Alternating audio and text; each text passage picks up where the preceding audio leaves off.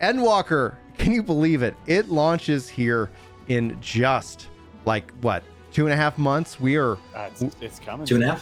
2.5. Like we're almost done. We're almost into September. I can't believe it. You know, so yeah, 2.5. We'll just even it out. 2.5 months from now. What are your hopes, Todd? Let's start with you, man. We know the raids. We know the name of the raids. Like, is it all raiding for you? What say you?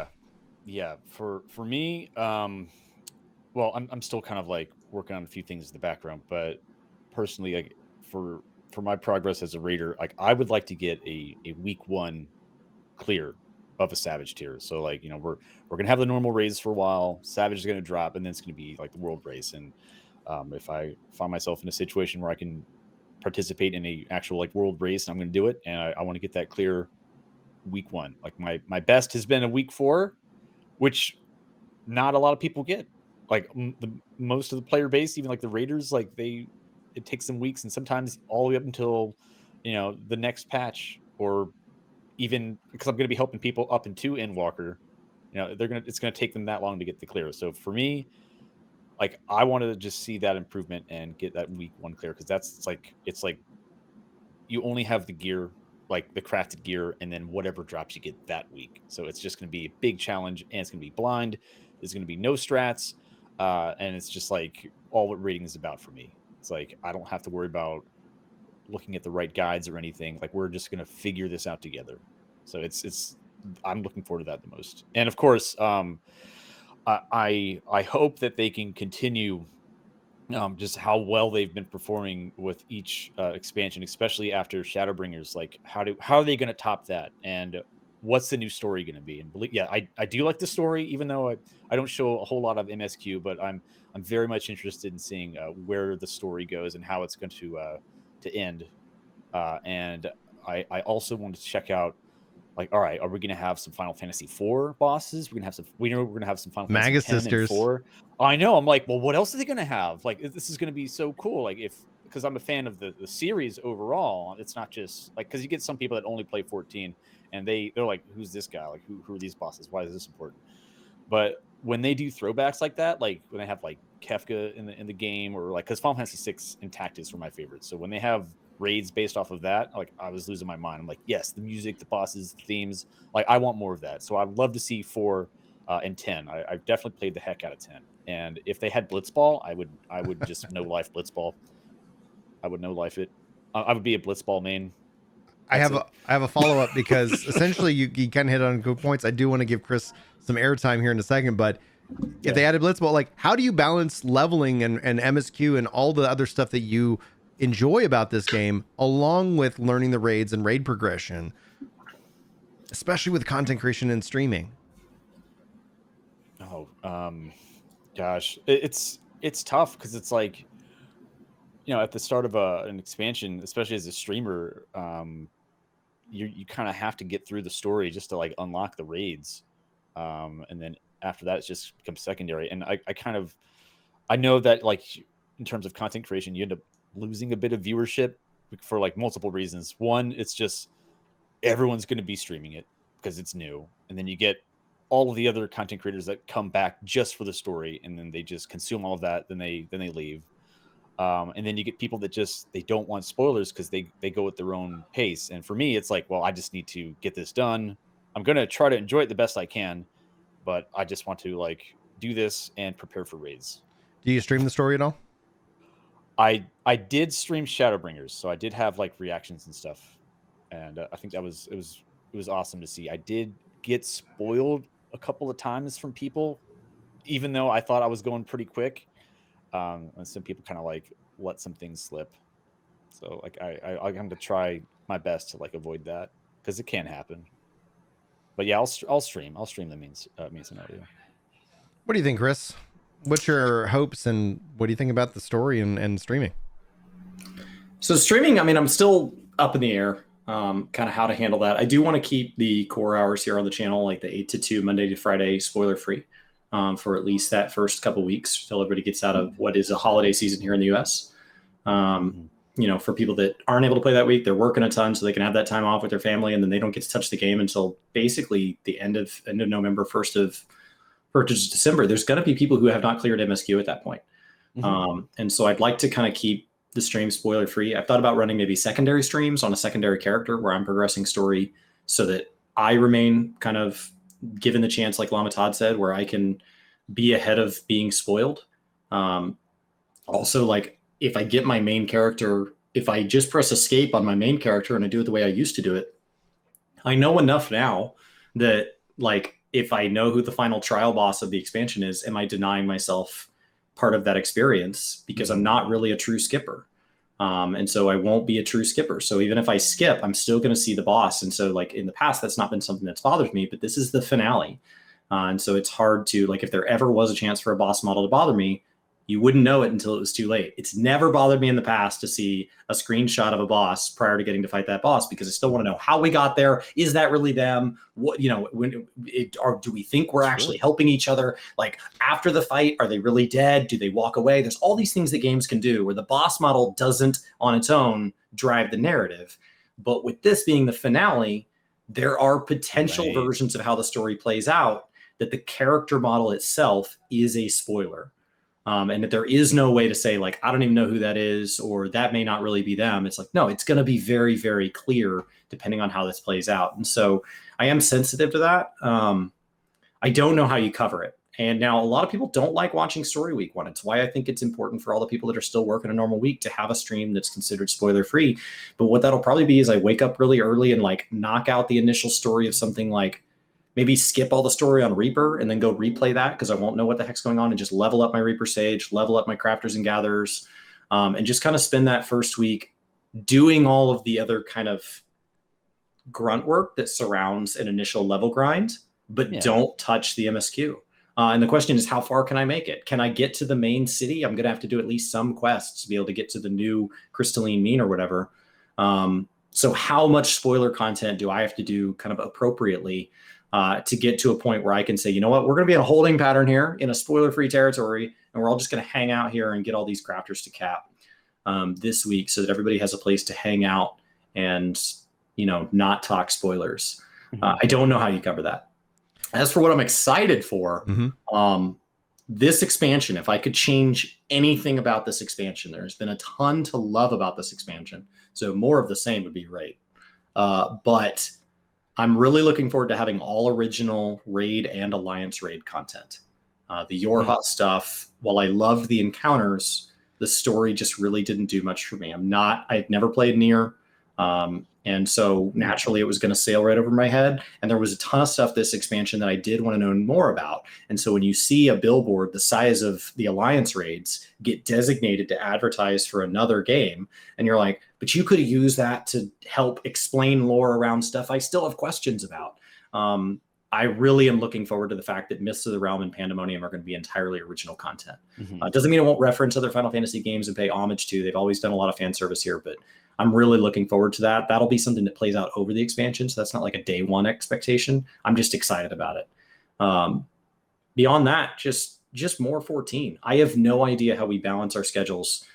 It launching November 19th is just such a bad time of year for Americans.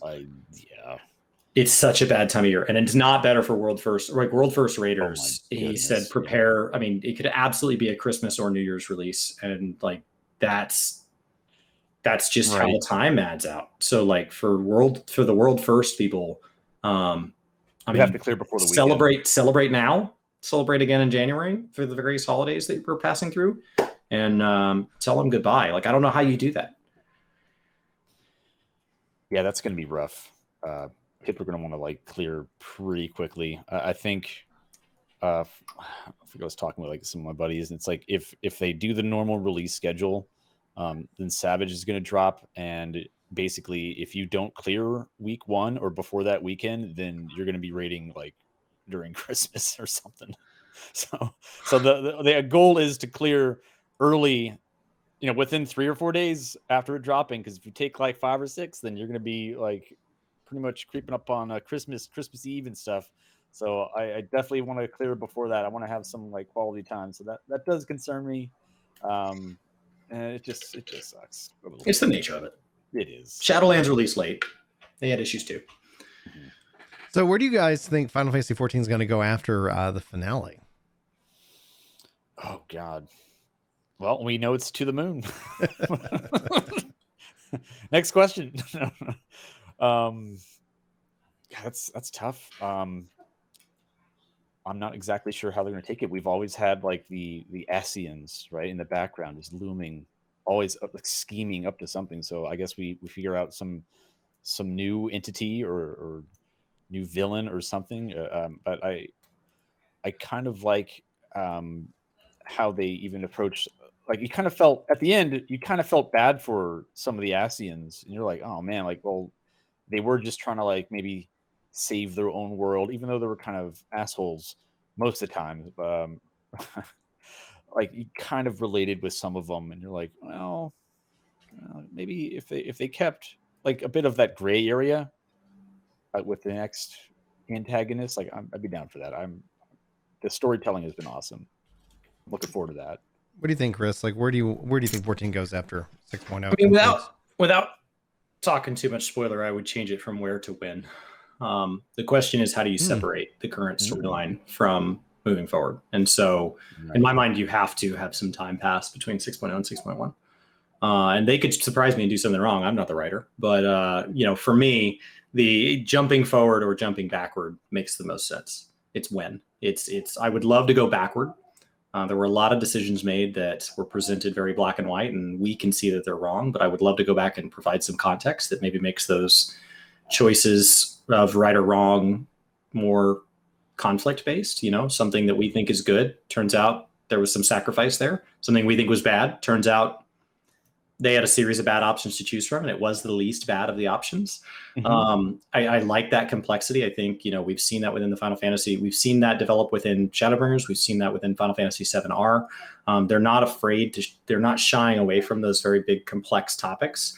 So I would love to go back and provide some context around some of the characters. We obviously know at that point that we'd be on a storyline that has an end because we've already played the future.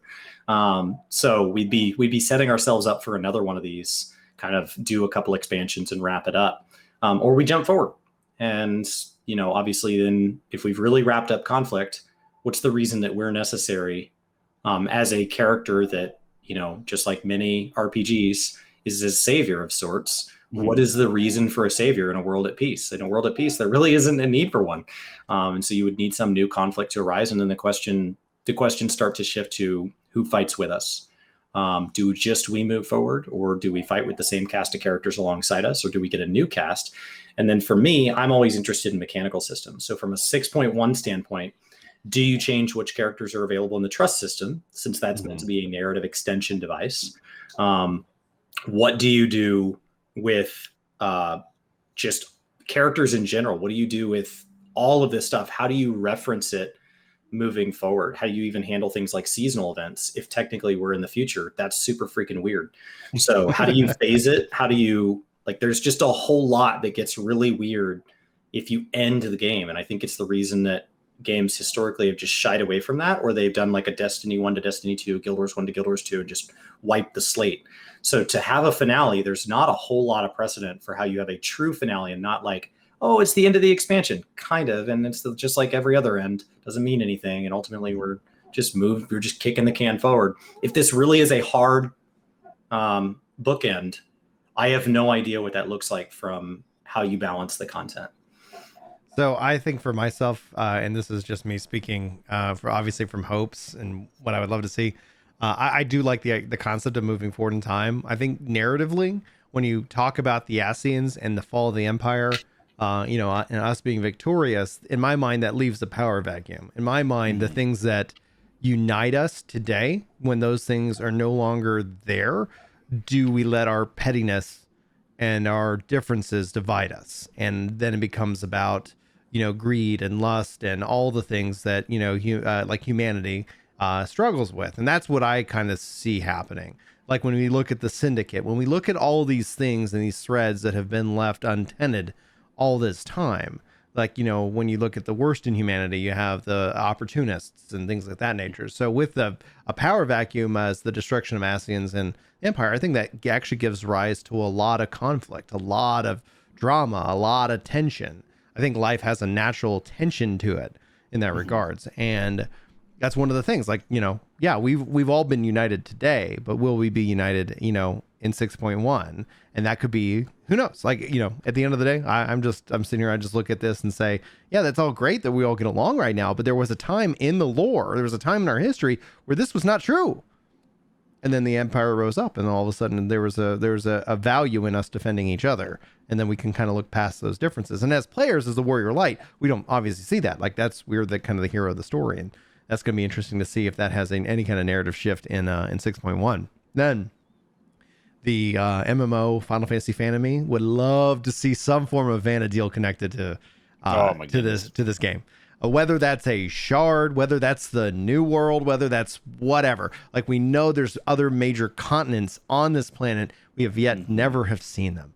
And so if you want to hear me giggle like a schoolgirl, just be like, oh my god, like that in and of itself would have me thrilled to be able to run around Messtock or San Andorio or that's whatever. So funny. I think earlier you mentioned that you had all your jobs at like level 37 and That's up, me. and that His are all kept. Yeah. Okay, I know, but that just, I immediately went to FF11, and that's the sub job level. That's 37 was the sub job level. 75 / 37. I'm like, oh, look at that. Yeah, absolutely. I'd love to see some Vana'diel, maybe some Chrono Trigger too. Dude, oh my gosh, especially with time jumps. I don't know. Yeah, like, there's so much they can do, and it just had the theater nerd. He's like, oh yeah. But beyond that, though, like, because we know that the Final Fantasy XI's 20th anniversary is also happening next year. Like, it would be something that I think I don't expect it. If Vana'diel has no connection to, Eorzea or Final Fantasy XIV, I go about my life just as happy as I am today. However, like, when we talk about, like, what would literally, like, melt my mind would be something like that. Whether, again, like, it's a shard. My personal hope, it's not a shard. My personal hope is, like, shards are done. Like, we've resolved that. Whatever was keeping us apart is now together. That I think would be kind of interesting to see the impact that would have on the world, especially like from 1.0 to 2.0. We've seen world changing impact in this game, and to see that happen again would be really thrilling. But yeah, that's going to be where I put it. I don't put any hope into that as a happening, because who knows? Like, what? That's why I cannot wait to find out and see. Any final thoughts on this topic before we go to our final topic? No, just make it worth the build up. You only Exactly. This is 10 years in the making. So a lot of people, a lot of expectations. So I'm ready.